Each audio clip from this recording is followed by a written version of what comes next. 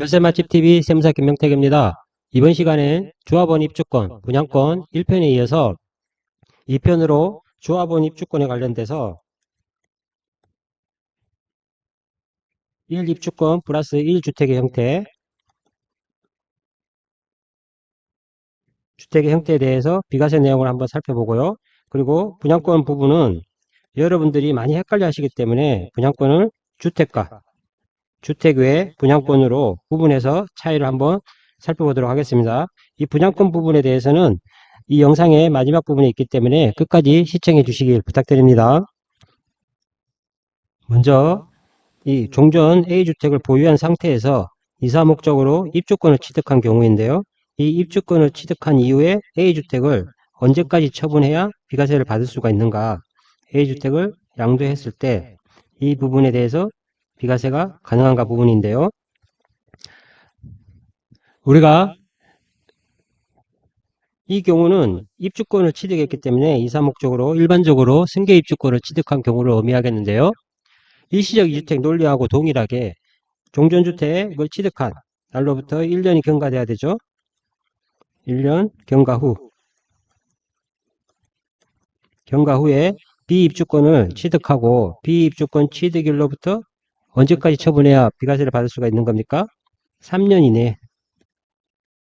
3년 이내 종전주택을 처분하면 비과세를 받을 수가 있는데요. 물론 A주택, 종전주택, A주택 양도일 현재 A주택은 비과세 요건을 충족하고 있어야 되는 것입니다. 우리가 일시적 이주택의 경우에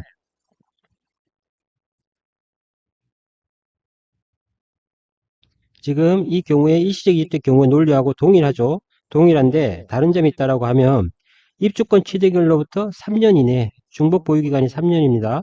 3년 이내 종전주택을 처분하면 비과세가 되는데요. 반면에 일시적 이주택의 경우에는 우리가 종전주택이 조정지역에 있고 그 다음에 신규 주택을 조정지역에서 취득한 경우에 이 경우에는 중복 보유기간을 2년 이내에 종전주택을 처분해야만이 비과세를 해주고 있죠. 반면에 입주권의 경우에는 조정지역에서 입주권을 취득하더라도 종전주택이 조정지역에 있고 신규 입주권을 조정지역에서 취득하더라도 중복 보유기간을 3년을 적용한다. 그래서 이 부분이 차이가 나는 부분이 되겠습니다. 이렇게 종전주택이 있는 상태에서 이사 목적으로 입주권을 취득했을 때 입주권 취득일로부터 3년 이내에 종전주택을 양도해야 비과세를 받을 수가 있죠. 종전주택 A를 양도 시에 비과세가 적용되죠. 물론 종전주택 A는 비과세 요건을 양도일 현재 충족하고 있어야 됩니다. 근데 이사 목적으로 B입주권을 취득했기 때문에 우리가 B주택이 완공이 되어야지 B주택을 입주를 할 수 있겠죠. 따라서 이렇게 3년이 지났는데도 불구하고 B주택이 완공이 안 됐다. 이렇게 부득이 B주택이 완공이 되지 않아서 3년이 지나서 A주택을 양도한다. A주택을 양도할 경우에 이 경우에도 비과세가 가능한가? 이 부분인데요. 원칙적으로 비과세가 가능합니다. 일단 B주택이 완공 전에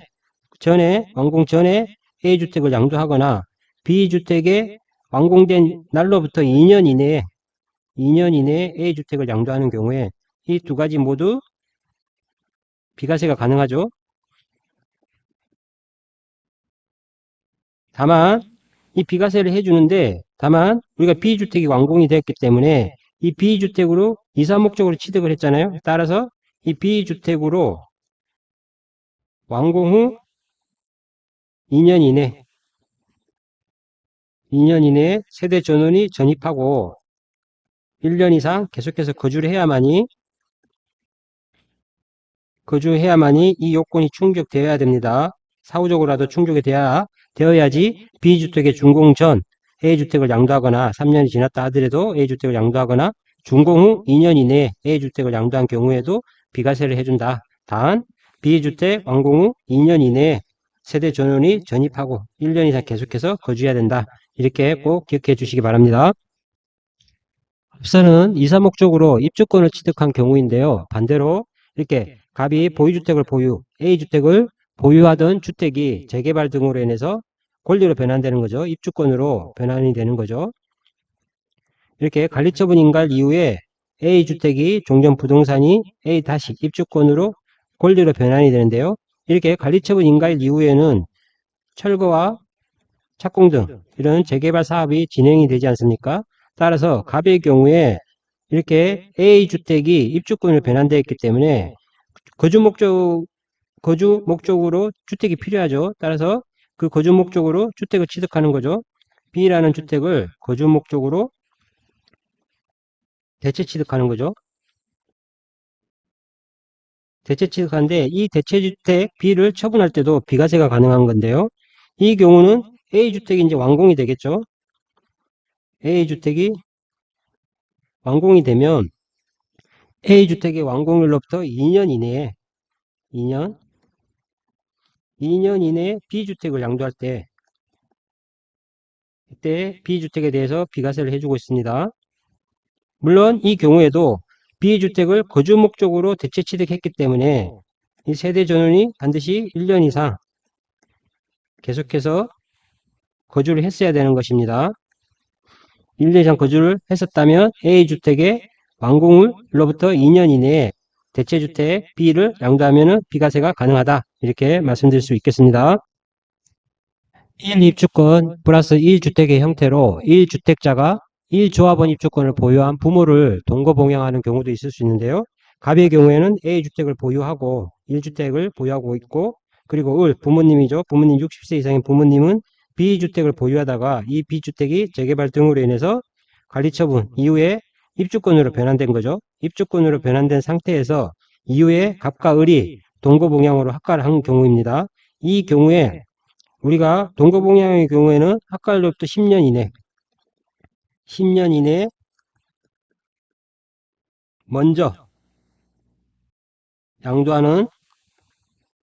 먼저 양도하는 주택에 대해서는 비과세를 해주고 있는데요.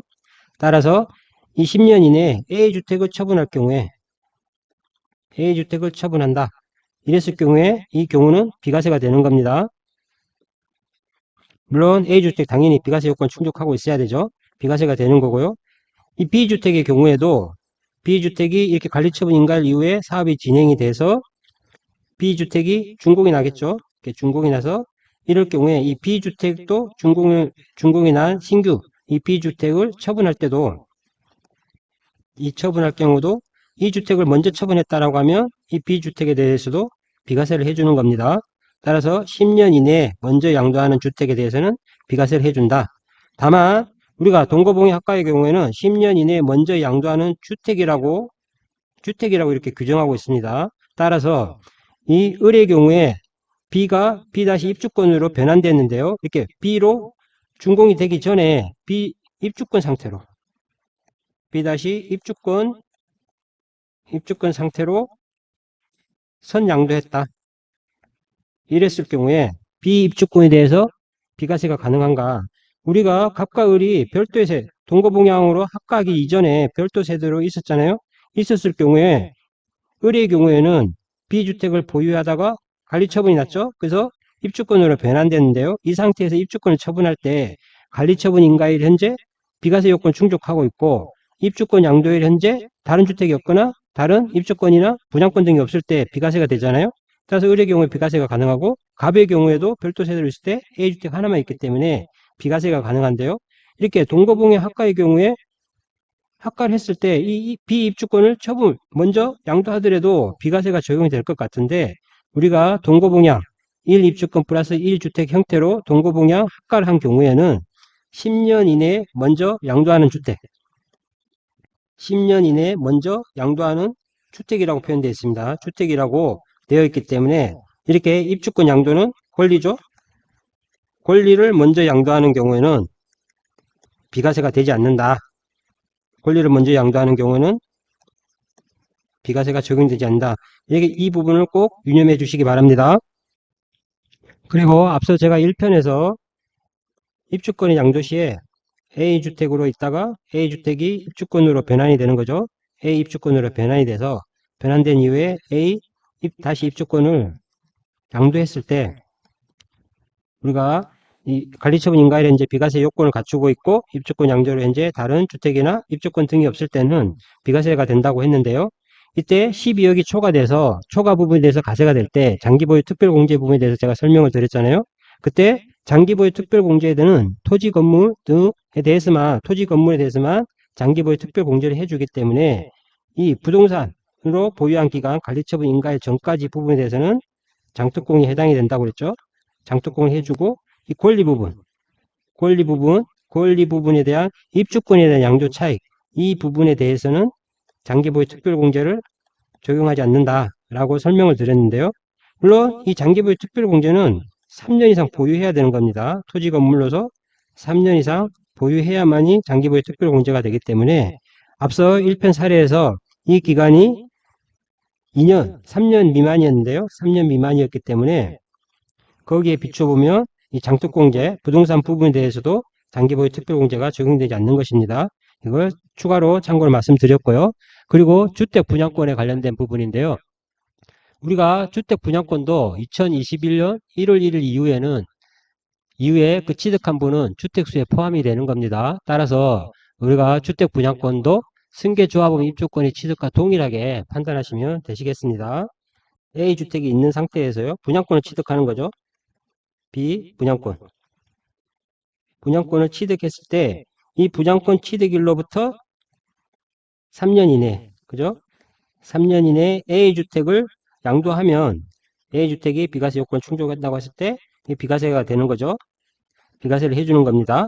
마찬가지로 이렇게 우리가 분양권을 취득해서 이 분양권으로 완공된 주택으로 들어가려고 취득한 거잖아요. 따라서 근데 이게 완공이 되지 않아서 못 들어갔다.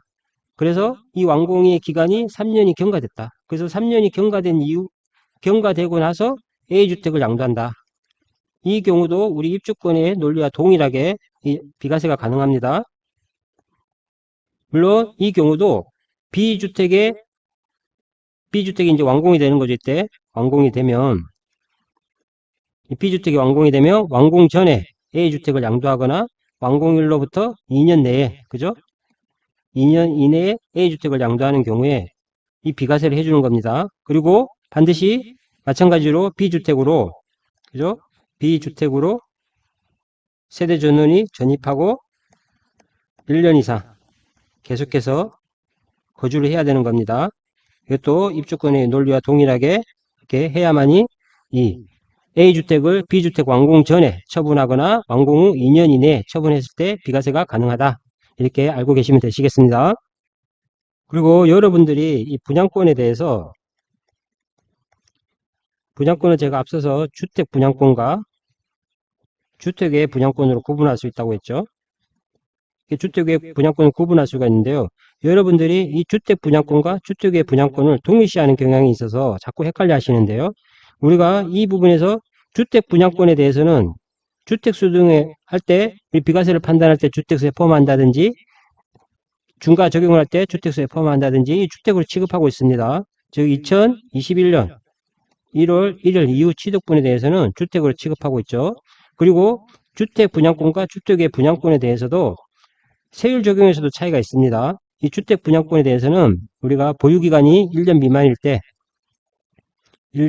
70%가 적용이 되죠. 70%가 적용이 되고 1년 이상일 때는 60%가 세율이 적용되는 겁니다. 이 두 가지 단위 세율만 적용이 되는 거죠. 반면에 주택 외 분양권에 대해서는 1년 미만에 대해서는 50%가 적용이 되고요. 1년 이상 2년 미만일 때는 40%가 적용이 되는 겁니다. 그리고 2년 이상을 보유했을 때는 기본 세율이 적용이 되죠. 기본 세율이 적용이 되는 겁니다. 따라서 이게 주택 분양권과 주택의 분양권이 세율 차이가 다르죠. 세율 적용부터가 다르기 때문에 이 부분을 꼭 구분하셔야 되고요. 주택 분양권의 경우에는 1년 미만 70%, 1년 이상의 경우는 60%가 적용이 되는데 이 경우도 조정지역이든 비조정지역이든 동일하게 적용되는 겁니다. 조정지역이든 비조정지역이든 동일하게 1년 미만의 경우는 70%, 1년 이상의 경우는 60% 적용한다. 이렇게 기억하시면 되시겠습니다. 그리고 그럼 우리가 오피스텔을 분양받는 경우가 있는데요. 이때 오피스텔을 분양받을 때 주거를 목적으로 내가 분양을 받는다. 그렇다 하더라도 이 오피스텔에 대한 분양권은 주택이 아니기 때문에 건축법상 오피스텔은 주택에 해당되지 않습니다. 건축법상 주택에 해당되지 않기 때문에 주택 분양권이 아니라 주택 외 분양권이 해당이 되는 겁니다. 주택 외 분양권이 해당이 되기 때문에 단기 처분 시에 1년 미만의 경우는 50%, 1년에서 2년은 40%, 2년 이상일 때는 기본세율을 적용받는 겁니다. 즉 오피스텔은 주택 외, 그죠? 주택 외 분양권이 해당이 되죠. 마찬가지로 우리가 도시형 생활 숙박시설 있죠? 도시형 생활 숙박시설의 경우에도 마찬가지로 오피스텔과 동일하게 주택으로 보지 않는 것입니다. 주택으로 보지 않기 때문에 이거를 분양받는다 하더라도 주택 분양권이 아니고 주택 외 분양권이 해당이 돼서 세율 적용에 차이가 있다. 그리고 주택으로 보지 않기 때문에 주택수 계산에서도 들어가지 않는다. 이 분양권에 대해서는 주택수 계산에서도 들어가지 않는다. 이렇게 기억해 주시면 좋겠습니다.